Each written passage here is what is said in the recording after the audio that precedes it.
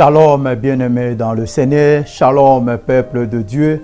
Shalom à tous ceux qui nous suivent à ce moment. La grâce de Dieu est tellement devant nous. La grâce de Dieu est en permanent. La grâce de Dieu est au milieu de nous. C'est pour cela que nous avons cette joie encore de nous retrouver aujourd'hui par la même grâce que je viens de parler, d'être encore ensemble, passer encore ces moments agréables devant notre Dieu, notre merveilleux, celui qui nous a créés, celui qui nous a façonnés, celui qui nous a donné le sens de la vie. Ça fait vraiment la joie quand on parle de lui, parce qu'il est tout pour nous. On peut, c'est pour cela, il y a quelque chose chaque fois que je dis, tout ce que l'homme a besoin se trouve entre les mains de l'Éternel. Parce que c'est Dieu qui a même les pièces de rechange ou des organes de rechange pour le corps humain. C'est lui le créateur du cœur, c'est lui le créateur des yeux, des oreilles. Tout ce que l'homme a, c'est Dieu qui a créé. Donc, c'est lui qui a créé toutes choses. C'est aussi exactement comment refaire. Ou c'est exactement comment il a créé chaque chose. Parce que c'est lui le créateur.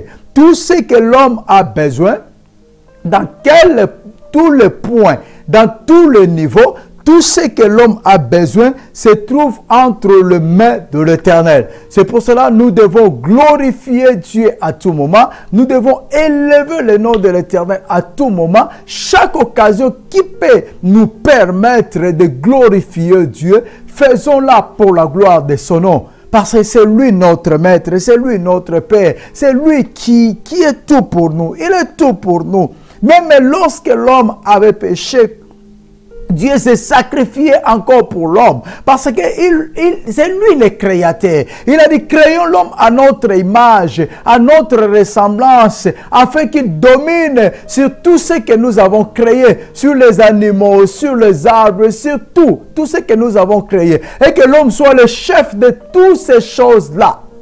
Et l'homme qui sera le chef de quoi? De ce que Dieu a créé. Quand on parle de l'homme dans ce passage ou dans Genèse, homme avec H majuscule, donc ce qui veut dire l'homme et la femme, créons pour qu'ils puissent dominer sur tout ce que nous avons créé, sur tout ce que j'ai créé. Dieu a créé l'homme à son image. C'est pour cela qu'il a mis tout son amour pour l'homme. Dieu n'a pas obligé l'homme, mais il a dit, il y a une bénédiction et une malédiction devant vous. Moi, je vous conseille de choisir la bénédiction pour que vous puissiez vivre. Pas seulement sur la terre,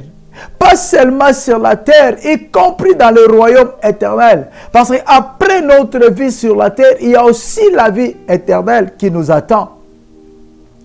Une vie joyeuse, une vie sans faille, une vie sans les erreurs, sans rien du mal. Il n'y aura pas le mal dans le paradis, il n'y aura pas. Mais au-delà de tout, ce n'est pas encore le paradis ou l'enfer parce qu'on est sur la terre. Nous devons vivre bien. Nous devons vivre comme Dieu nous a créés, comme Dieu nous a fait donner, comme Dieu nous a amené, comme ça a plu à Dieu de nous créer. Quand il nous a créés, il a disposé tant de choses pour nous. Il a fait que nous puissions vivre bien. Avant notre créature, Dieu avait déjà créé les zones de confort pour nous. Afin que lorsqu'il va créer l'homme, l'homme ne puisse pas souffrir. La souffrance n'est pas de Dieu. C'est quelque chose que l'homme, quand il a péché, c'est là que la souffrance est entrée. C'est là que tout le mal est entré. Le désir de Dieu n'est pas que l'homme puisse souffrir. Ça, ce n'est pas le désir de Dieu. Mais il n'est pas un dictateur pour obliger tout un chacun à faire ce qu'il veut. Il laisse le choix à tout un chacun. Je mets devant toi la bénédiction et la malédiction. Je te conseille de choisir la bénédiction pour que tu vives.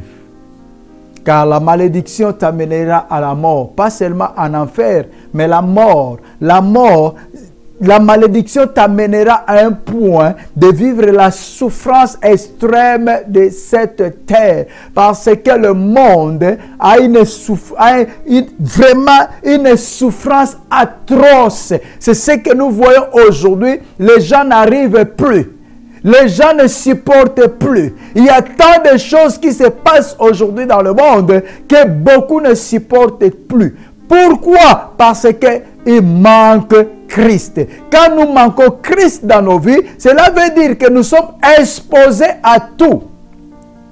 Manque de Christ dans nos vies, nous sommes exposés à tous les dangers. Là, je parle de Christ vrai. Parce que je ne parle pas aller à l'église. Je ne parle pas prier encore. Parce que bien que le sous-thème que nous allons toucher, c'est prier. Mais je ne suis pas encore là. Je parle de Christ. Si tu n'as pas Christ dans ta vie, cela veut dire que tu es exposé à tous les dangers de ce monde. Aller à l'église ne signifie pas que tu as Christ. Prier ne signifie pas que tu as Christ. Car nous voyons dans la Bible dit, il y avait un pharisien et un péager qui sont allés au temple. Le deux commençait à prier.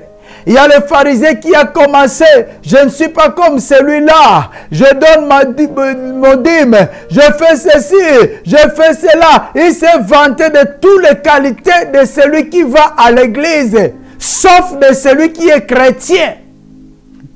Il a dit toutes les qualités de ce qui est la loi, sauf de celui qui est chrétien. Je donne mon dîme. Je jeûne 2 fois par semaine. Il a dit toutes les qualités de celui qui connaît la loi. Mais il n'a pas dit les qualités de celui qui connaît Christ.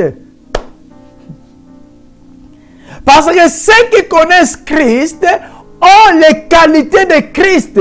Quand il parle des qualités de Christ. Tout ce qu'ils font, vous voyez Christ dedans. Mais celui qui connaît la loi parle de la loi et des qualités de la loi. Connaître la loi ne te fera pas entrer au paradis. Connaître la loi ne te fera pas vivre le Christ. Bien que je veux quand même bien souligner, parce que la parole aujourd'hui est transformée de toutes les façons. Je ne suis pas ici pour dire à quelqu'un qu'il faut désobéir à la loi. Non. Même Christ est venu pour accomplir la loi. Connaître Christ, c'est là que nous sommes arrivés. C'est quelque chose d'exceptionnel. C'est quelque chose de particulier. Quand on connaît Christ, on commence à faire les choses selon Christ. C'est là que lui, même le Messie, le Christ, a enseigné ou a parlé aux disciples comment prier. Comment ils devaient prier. Parce que prier ne veut pas dire que tu connais Christ. Tu peux passer des heures et des heures dans la prière sans pourtant connaître Christ. À l'exemple de ce que je viens de dire, un pharisien et un péager ou un publicain sont allés au temple. Ils sont allés aux synagogues. Pour faire quoi? Pour prier. Et les pharisiens commencent à parler de la loi. Je donne mon dîme. Je jeûne 2 fois. Je fais ceci. Je suis choriste. Je suis chantre. Je suis prédicateur. Je suis celui qui prend soin de l'église. Sans moi, l'église sera vraiment dans des conditions inacceptables. C'est moi qui mets l'ordre. C'est moi qui donne des idées pour faire avancer l'église. Oh, c'est moi qui habille le chantre, c'est moi. Je suis, surtout il y a ce terme qui est en train de faire, qui entre partout, même au niveau de l'église. Ce terme de partenariat. Je suis paternel. Je suis partenaire, pardon, de l'église. Oh, je suis soutien de l'église. Les gens ont pris même des termes qui n'est pas dans la Bible et ils ont fait entrer cela dans la Bible ou dans l'église. Je suis le partenaire de l'église. Je suis le soutien de l'église. Je suis ceci de l'église. Oh, c'est moi qui prends soin des pasteurs à l'église. C'est moi qui prépare à manger pour les pasteurs après chaque culte. Ils doivent manger. C'est moi l'organisateur de ceci. C'est moi l'organisateur de cela. Bien-aimé, tout cela c'est bien. Fais-la. Dieu te bénira. Mais cela ne veut pas dire que tu connais Christ. Cela ne veut pas dire que ta prière ira au ciel. Non. Il y a des caractères de Christ. Il y a des caractères. Quand on connaît Christ, il y a les caractères de Christ. Et ces caractères, il y a ceux qui sont visibles et il y a ceux qui sont invisibles. On est aujourd'hui dans un temps très dangereux pour beaucoup de chrétiens. Le temps que nous sommes en train de traverser, c'est très dangereux pour beaucoup de chrétiens. C'est très dangereux pour ceux qui vont à l'église. C'est très dangereux pour les partenaires financiers de l'église. Ceux qui marchent encore selon la chair. Parce que le fait d'être à l'église ne te fait pas devenir chrétien. C'est suivre Christ qui te fait devenir chrétien. La Bible dit ceci. Nous allons commencer par là. Livre de 2 Timothée, chapitre 3.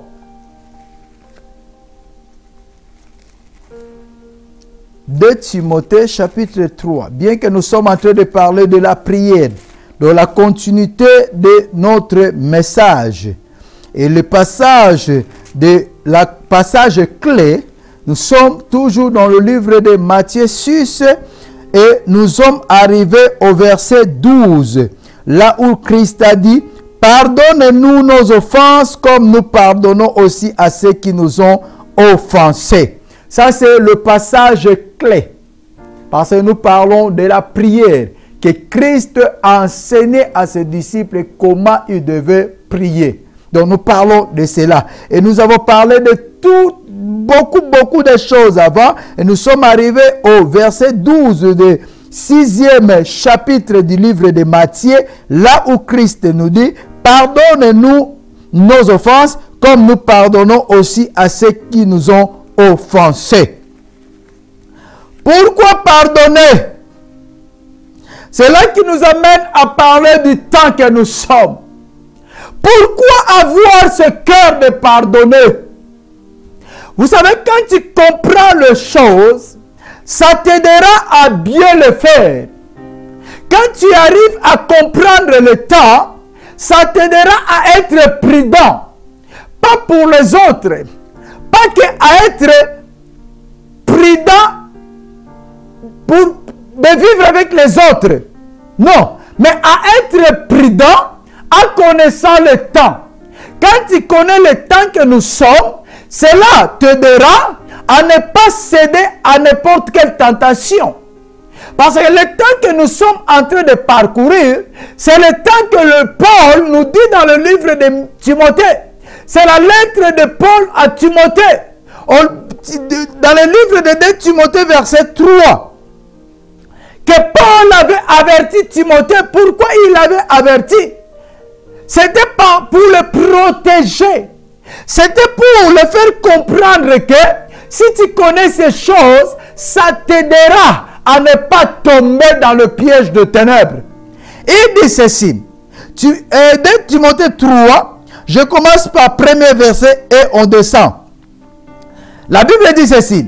Sache que dans les derniers jours, surgiront des temps difficiles, car les hommes seront égoïstes, amis de l'argent, fanfarons, orgueilleux, blasphémateurs, rebelles à leurs parents, ingrats, sacrilèges, insensibles, implacables, calomniateurs, sans frein, cruels, ennemis de gens de bien, traîtres, impulsifs, enflés d'orgueil, aimant leur plaisir plus que Dieu.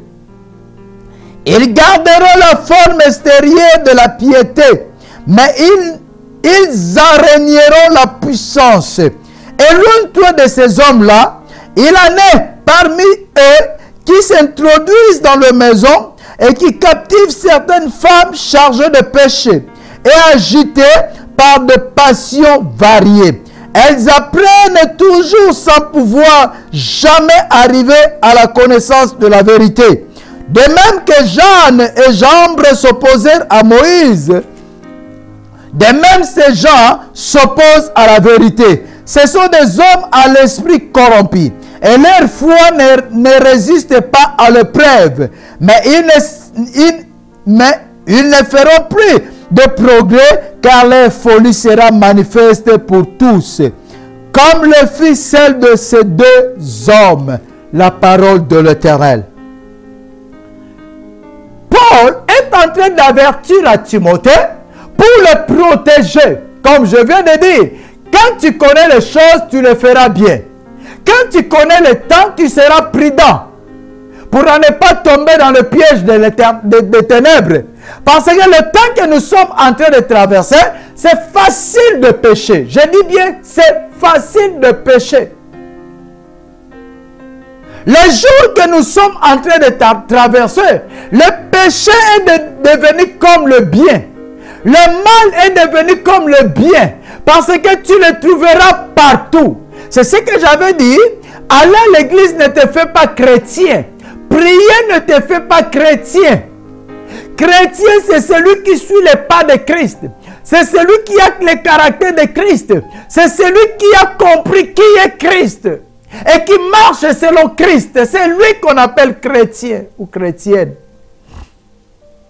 Beaucoup vont dans des églises, mais ils ne connaissent même pas le Seigneur. Beaucoup vont dans l'église, ils connaissaient Dieu, mais ils ont déjà perdu, ils ont déjà enlevé cette connaissance. Ils ont aimé la chair ou le monde plus que Christ. Mais ils continuent toujours à fréquenter les églises. Ils continuent toujours à prêcher la parole de Dieu. Ils continuent toujours à faire l'œuvre de l'Éternel. Ils continuent à chanter. Ils continuent à nettoyer l'église. Ils continuent à faire la nourriture pour les pasteurs. Ils continuent à faire leurs œuvres comme ils faisaient toujours. Mais seulement, ils ont perdu le caractère de Christ. C'est là que Paul avertit Timothée pour lui faire comprendre que sois prudent. Dans le dernier temps, il y aura les qualités de ces hommes comme ça. Et ces gens-là, ils peuvent aussi fréquenter les églises. Pourquoi je parle de ces derniers temps? Parce que nous sommes en train de parler de pardon de nos offenses, comme nous aussi nous pardonnons à ceux qui nous ont offensés. Donc, pardonne nos offenses vers Dieu à une condition. La condition, c'est quoi? Pardonner aussi à ceux qui nous ont offensés. Or, si nous comprenons le temps, ça sera facile pour nous pour pardonner à ceux qui nous ont offensés. Mais si nous ne comprenons pas le temps que nous vivons, ça sera compliqué. Ça sera difficile. Si nous ne sommes pas avertis par rapport au temps, ça sera difficile d'être pardonné par le Seigneur. Pourquoi? Nous aurons des difficultés à pardonner ceux qui nous ont offensés. Nous aurons des difficultés à pardonner ceux qui nous font du mal. C'est ça le danger.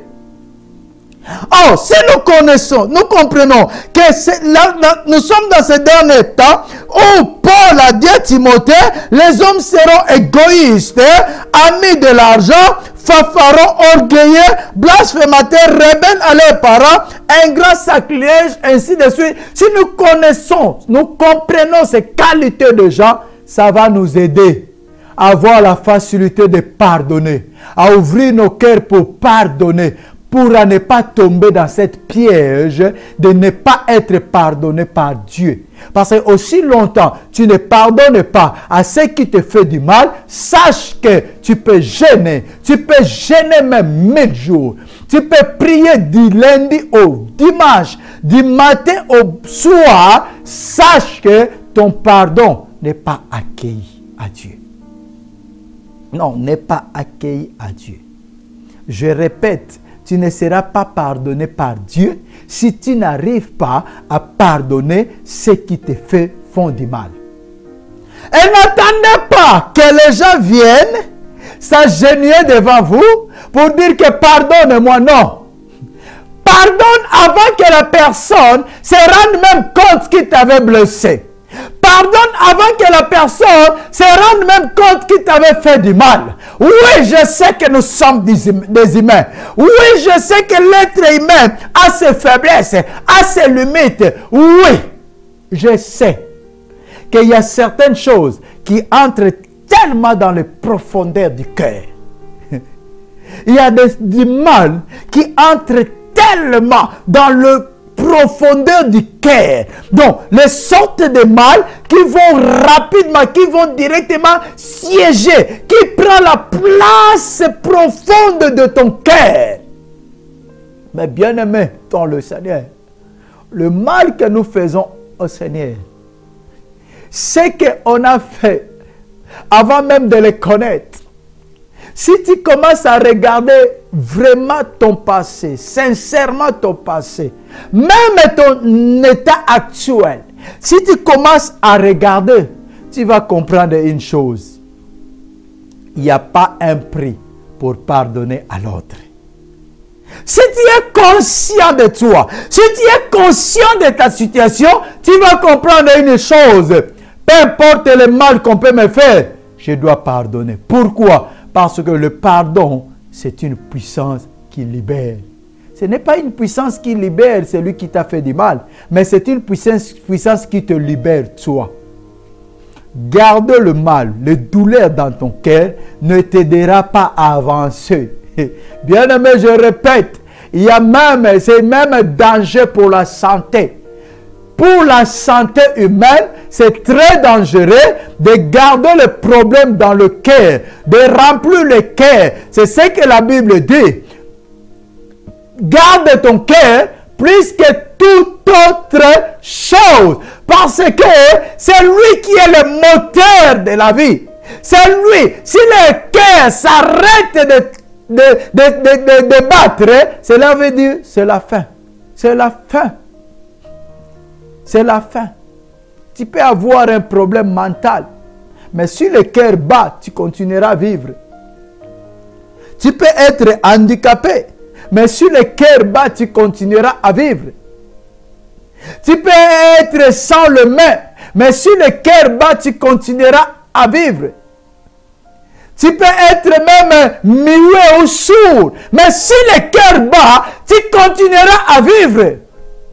Mais tu peux être géant, tu peux être fort, tu peux être je ne sais pas comment, mais si le cœur ne bat plus, tu seras appelé un mort. Garde ton cœur plus que toute autre chose. C'est un trésor à protéger. C'est quelque chose à bien garder. Pour bien le garder, il faut savoir pardonner. Pardonner aux autres. Pardonne nos offenses, comme nous aussi nous pardonnons à ceux qui nous ont offensés. Il y a une condition à cela. Tu as besoin que Christ te pardonne. Tu as besoin que ton pardon soit vraiment allé vers Dieu et que tu reçoives cette grâce d'être pardonné. Bien-aimé, il y a cette condition, savoir pardonner à l'autre. Et je te rappelle encore, si nous connaissons le temps que nous sommes, ça sera facile pour nous de pardonner. Parce que on est infiltré même à l'église. Il y a encore les charnels qui viennent à l'église. Il y a encore les fanfarons qui viennent à l'église. Il y a encore les blasphémateurs qui viennent à l'église. Quand Paul parle à Timothée, il ne parlait pas que des païens. Il ne parlait pas que de ceux qui sont vraiment de non. Il parlait aussi de ceux qui se disent connaître Christ, ceux qui sont dans des églises, ceux qui occupent même des places, permettez-moi le terme, les places prestigieuses dans l'église, ceux qui dirigent même l'église, mais il est fanfaron, un blasphémateur, mais c'est lui qui est à la tête de l'église. Connaître le temps que nous sommes t'aidera à bien faire les choses. À bien faire les choses. À avoir cette facilité, ce cœur de pardonner facilement parce que tu comprends le temps.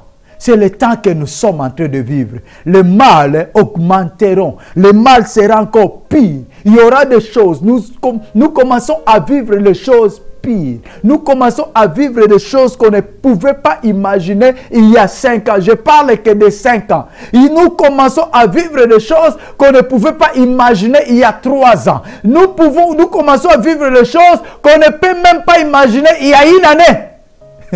Le monde commence à courir, à aller vitesse dans le mal. Le mal augmente de jour au jour. Et si tu ne comprends pas ces choses, ça sera difficile pour toi. Ça risque de passer tout ton temps sur cette planète Terre dans la souffrance. Et à la fin, si le Seigneur vient aujourd'hui et que tu n'es pas arrivé à pardonner les gens, que dans ton cœur, il y a les gens qui t'ont fait du mal réellement, mais tu n'as pas arrivé à leur pardonner, bien-aimé dans le Seigneur, tu vas te retrouver en enfer. En enfer. Oui, pour le manque de pardon. Que le Seigneur vous bénisse. Nous allons nous retrouver encore. À la prochaine fois, Dieu nous donnera encore l'opportunité d'être ensemble. Restez dans la paix de l'Éternel. Pardonnez aux gens. Nous allons continuer toujours avec ce chapitre, ce verset 12 de Matthieu 6. Pardonne nos offenses comme nous aussi nous pardonnons à ceux qui nous ont offensés. Que le Seigneur vous bénisse. À la prochaine opportunité, restez dans la paix de notre Dieu.